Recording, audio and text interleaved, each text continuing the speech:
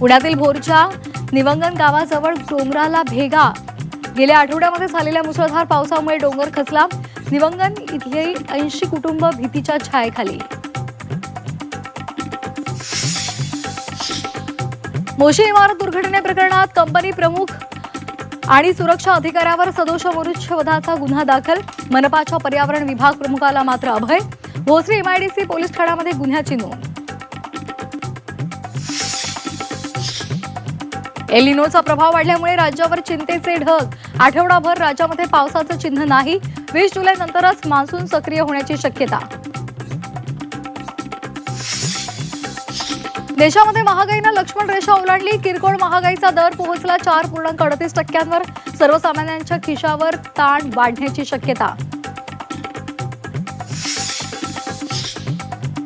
सरकारी कागदपत्रांवर डिजिटल सही 1 ऑगस्टपासून निर्णय लागू.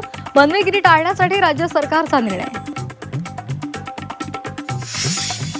उद्धव ठाकरेंना पुन्हा धक्का बसणार. ऑपरेशन टायगर 3 वर थांबणार नाही.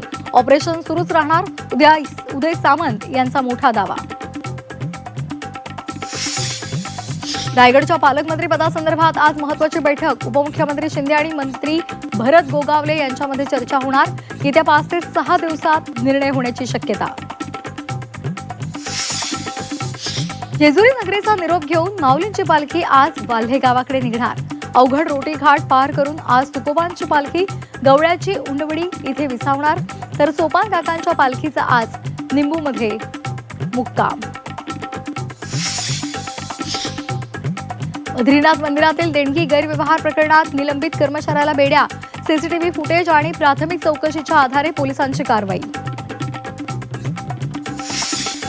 भारताच्या लेकींनी लॉर्ड्सवर इतिहास रचला.